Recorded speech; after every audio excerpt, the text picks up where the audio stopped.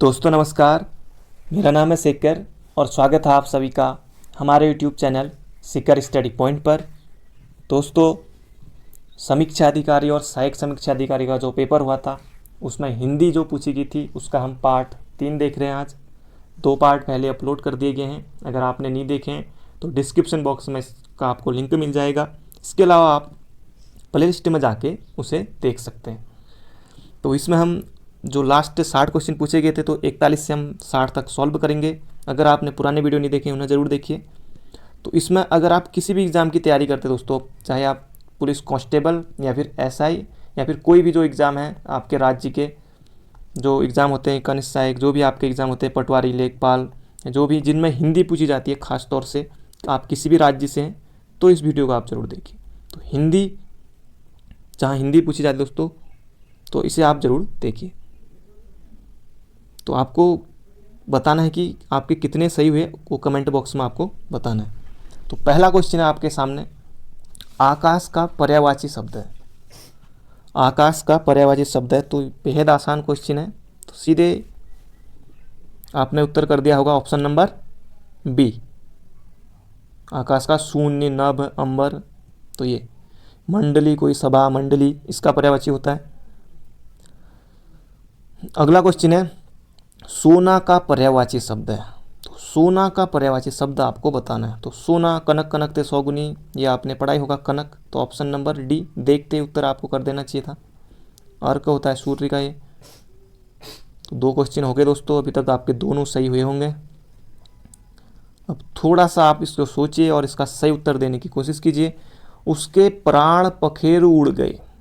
वाह, उसके प्राण पखेरु उड़ गए, इस वाक्य में पखेरु शब्द का पर्यायवाची आपसे पूछा गया है। पखेरु यानी कि पक्षी, जल्दी, पखारना या फिर पखवाड़ा। तो इसका सही उत्तर है ऑप्शन नंबर ए, पखेरु पक्षी का पर्यायवाची है। अगला क्वेश्चन है, निम्नलिखित में से कौन सा शब्द चंद्रमा का पर्यायवाची नहीं है। तो चंद्रमा का पर्यायवाची पूछा गया है। किसी भी एग्जाम की तैयारी करते हैं तो आप तो ये सब तो कॉमन क्वेश्चन है। चंद्रमा, सूर्य, लक्ष्मी, सरस्वती, बाकी ये सब आपको आने चाहिए। हाथी, घोड़ा, ये सब पर्यायवाची, शेर, ये सब आपको याद होने चाहिए मुँह-ज़बानी। कामदेव, जलज, कमल यानी कि कमल, बाकी सब ये सब आपको याद होने चाहिए। तो चंद्रमा का पर्यायवाची नहीं है। सुधांशु बिल्कुल है, सुधाधर भी है, सुधा कर भी है। तो सलील, नीर, जल, तोय आपको याद आ गया होगा। तो ये है जल का। तो ऑप्शन नंबर डी हमारा बिल्कुल सही है। बढ़ते हैं अगले क्वेश्चन की तरफ। निम्नांकित शब्दों में से एक शब्द माता का पर्यायवाची नहीं। अब आपसे माता का पर्यायवाची आपको कौन सा नहीं है इनमें से बताना है। तो अम्बा आप लोगों को पता है, जननी भी माता को ही कहते हैं, अम्ब भी माता कोई का ही पर्यायवाची। तो अम्बु, नीर, जल, तो ये जल का पर्यायवाची। अगला क्वेश्चन है, भौतिक का विलोम शब्द है। तो बहुत से लोगों का ये गलत हो सकता है। तो भौतिक का विलोम शब्द है राजनीतिक, दार्शनिक, सांस्कृतिक। तो भौतिक यानी कि सांसारिक और आध्यात्मिक। तो ऑप्शन नंबर ए हमारा बिल्कुल सही है। अब ये क्वेश्चन दोस्तों 90% लोगों का गलत होने वाला है। तो देखते हैं, आप लोग खुद आकलन कीजिए इसको। तो पराची शब्द का विपरीतार्थक। तो पराची का विलोम बताना है, विपरीतार्थक। उदीची, नवीन, समीची या फिर परतीची। पराची तो बेहद मुश्किल क्वेश्चन है जिन लोगों की हिंदी उतनी अच्छी नहीं है। तो पराची का नवीन सही है, गलत है? गलत है। पराची का उदीची सही है, गलत है? गलत है। पराची का समीची, कई लोग समीची भी टिक करके आ गए तो वो भी गलत है। तो पराची का विपरीतार्थक या विलोम होगा परतीची, ऑप्शन नंबर बी। कितने लोगों का सही हुआ आप लोगों ने खुद अपना आकलन कर लिया होगा। तो अभी हम 47 तक दोस्तों सॉल्व कर चुके हैं, बाकी 13 क्वेश्चन और बचे हैं। वीडियो को अंत तक जरूर देखिए, इसमें आप ही का फ़ायदा होना है। हिंदी आपके लिए बेहद इंपॉर्टेंट है दोस्तों। आपको हिंदी एग्जाम में टॉपर बना सकती है। अगर आपका हिंदी में आप अच्छा कर लेते हैं तो बाकी आप और सब्जेक्टों में हिंदी में ज़्यादा आपको पढ़ना भी नहीं पड़ता है। कुछ ही जो 15, 20 चैप्टर होते हैं वही आपको पढ़ने होते हैं, बस उन्हीं से क्वेश्चन पूछे जाते हैं। आप देख रहे होंगे विलोम हैं, एक ही जगह से 5-5 विलोम, 7-7 विलोम, इस तरह से पूछे जाते हैं। तो ये सब आपको आने चाहिए। समिष्टि का विलोम शब्द है, तो समिष्टि का विशिष्ट, अशिष्ट, अपुष्टि या फिर समिष्टि का बेष्टि, बेहद आसान है। अगर समास का आया होता तो क्या आप लोग क्या उत्तर करते? समास का होता व्यास। अगला क्वेश्चन है, अब ये लोग भी बहुत से लोगों का गलत होने वाला है। निम्नलिखित में से विलोम शब्दों की दृष्टि से एक युग्म गलत है या अशुद्ध है, या इस तरह से ये आपको बताना। विधि का निषेध, आग्रह विग्रह, अमी हलाहल, आहन विसर्जन। गलत सिर्फ एक ही है, बाकी 3 सही है। तो आहन हम किसी चीज़ का आहन करते हैं जैसे, और विसर्जन भी करते हैं।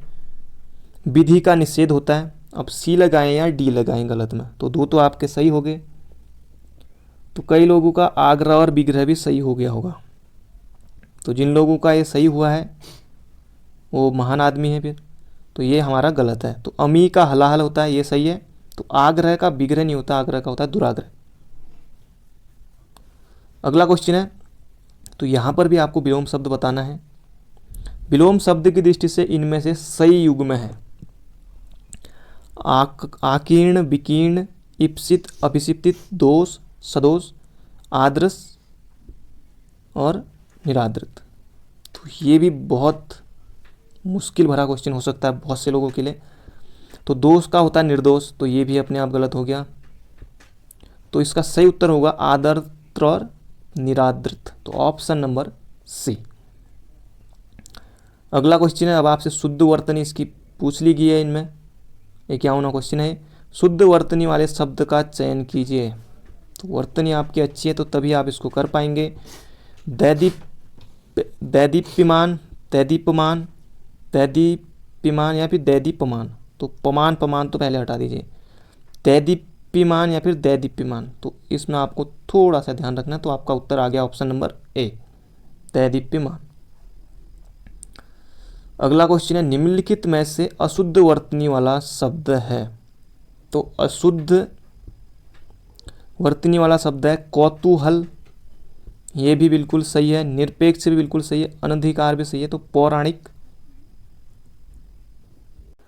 तो अशुद्ध वर्तनी वाला है दोस्तों पौराणिक।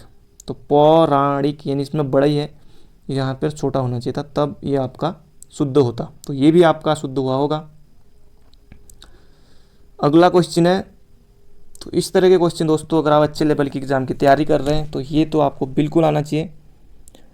निम्नलिखित वाक्यों में से शुद्ध वाक्य है, मुझसे यह काम संभव नहीं हो सकता। अरे क्या बात है, वह बिल्कुल भी बात नहीं करना चाहता। यह कविता अनेक भाव प्रकट करती है।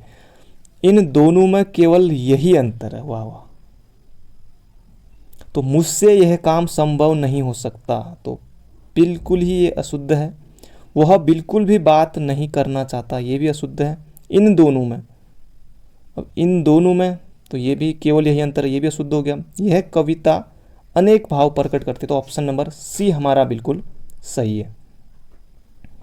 तो अब ये भी बेहद अच्छा क्वेश्चन है, बहुत से लोगों का ये भी गलत हो सकता है। निम्नलिखित में से एक वाक्य शुद्ध है, वो है। 3 अशुद्ध है और 1 शुद्ध है। इसके बावजूद भी हमसे हिंदी लिखने में बहुत भूल हो जाती है। क्या बात है, इसके बावजूद भी हमसे हिंदी लिखने में बहुत भूलें हो जाती हैं। इसके बावजूद भी हम लोगों से हिंदी लिखने में बहुत भूल हो जाती है। इसके बावजूद भी हम लोग उसे हिंदी लिखने में बहुत भूलें हो जाती हैं। तो अभी मैंने आपको बताया जैसे अनेक का अनेकों नहीं होता है, तो भूल का भूल है, तो आप ये हटा दीजिए, इस ऑप्शन को डी गलत कीजिए। बी में भी भूलें हैं, तो ये 2 ऑप्शन आपके कट हो गए। तो अब 2 ऑप्शन बचे, आप 50-50 पे पहुंच गए हैं। थोड़ा और सोचिए और सही उत्तर पे आप पहुंच जाएंगे। इसके बावजूद भी हमसे हिंदी लिखने में बहुत भूल हो जाती है, या फिर इसके बावजूद भी हम लोग उसे हिंदी लिखने में बहुत भूल हो जाती है। तो आपका उत्तर आ गया होगा, तो ऑप्शन नंबर सी। तो आखिरी दोस्तों आपके 5 क्वेश्चन, आप लोग वीडियो को अंत तक जरूर देखिए और अपने दोस्तों के साथ भी शेयर कीजिए। अशुद्ध वाक्य का चयन कीजिए।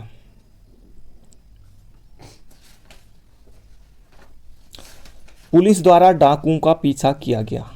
देश की अशुद्ध पूछा है तो सबसे पहले ध्यान रखना है, देश की वर्तमान मौजूदा हालत ठीक नहीं है। मैं पुस्तकालय में नित्य समय पर पहुंचता हूं। तुम चिंता ना करो, मैं कोई ना कोई रास्ता निकालूंगा। तो पुलिस द्वारा डाकुओं का पीछा किया गया बिल्कुल शुद्ध वाक्य है। मैं पुस्तकालय में नित्य समय पर पहुंचता हूं, ये भी शुद्ध है। तो अब आपको थोड़ा लग रहा होगा कि देश की वर्तमान मौजूदा हालत ठीक नहीं है, या फिर तुम चिंता ना करो, मैं कोई ना कोई रास्ता निकालूंगा। तो आप लोग ऐसे कहते हैं कि तुम चिंता ना करो, मैं कोई ना कोई रास्ता जरूर निकाल लूँगा। तो आप लोगों को लग रहा होगा कि ये जो है अशुद्ध होगा, तो ये भी हमारा शुद्ध है।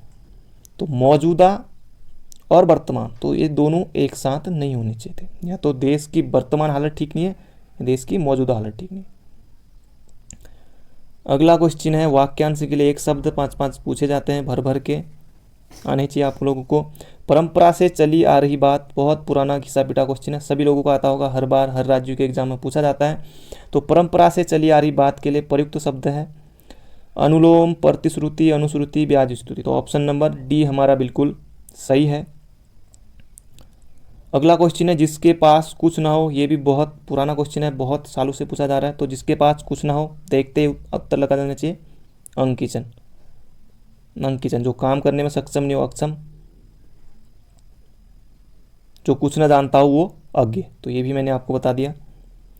श्वेत से उत्पन्न होने वाला वाक्यांश के लिए एक शब्द है स्वेदज, पिंडज, अंडज, उभयज। जो अंड से जन्म, जो अंडे से उत्पन्न होने वाला अंडज, तो श्वेत से तो स्वेदज। तो बेहद आसान है, सभी लोगों का सही हुआ होगा, उम्मीद करता हूँ। अगला क्वेश्चन है, तो ये बहुत से लोगों को गलत हो सकता है, 90% लोगों का। तो आप लोग खुद आपको चेक करना है।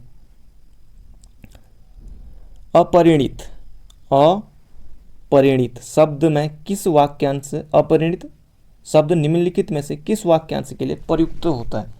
जिसका परिणाम न निकलता हो, जिसका विभाव न हुआ हो, जिसका विभाव हो चुका हो, या जो दिखने में प्रीतिकर न हो। तो कितने लोगों ने ऑप्शन नंबर ए लगाया और उनका बिल्कुल गलत है, जिसका परिणाम न निकलता हो। तो अब आप लोग कह रहे होंगे कि 3 ऑप्शन, अब इनमें से क्या होगा? जो देखने में प्रीतिकर न हो, गलत। जिसका विभाव न हुआ हो, या जिसका विभाव हो चुका हो। जिसका विभाव हो चुका हो, ये भी नहीं, जिसका विभाव न हुआ हो। ऑप्शन नंबर बी, अपरिणित। आपका आखिरी क्वेश्चन, निम्नलिखित में से किस वाक्यांश के लिए एक शब्द दुर्निवार प्रयुक्त होता है? तो दुर्निवार किसके लिए प्रयुक्त होता है वो आप लोगों को इसमें से बताना है। जिसे दूर करना कठिन हो, जिस पर वार करना कठिन हो, या फिर जिसे देख पाना कठिन हो, जिसे जीत पाना कठिन हो। कितने लोगों ने ऑप्शन नंबर बी लगाया? वो बिल्कुल गलत है। और जिस पर वार करना कठिन हो, जिसे देख पाना कठिन हो, ये भी गलत है। जिसे जीत पाना कठिन हो, वो भी गलत है। जिसे दूर करना कठिन हो, वो होता है दुर्निवार। तो ये दोस्तों हमारे 60 क्वेश्चन कंप्लीट हो गए। उम्मीद करता हूँ आप लोगों ने तीनों पार्ट देखे होंगे। अगर आप हिंदी की तैयारी करते हैं, जिस एग्जाम में पूछी जाती है, तो आप लोगों ने खुद अपना आकलन कर लिया होगा। तो आपके कितने सही हुए कमेंट में ज़रूर बताइए। तो thank you friend, thank you so much. मिलते हैं अगले वीडियो में।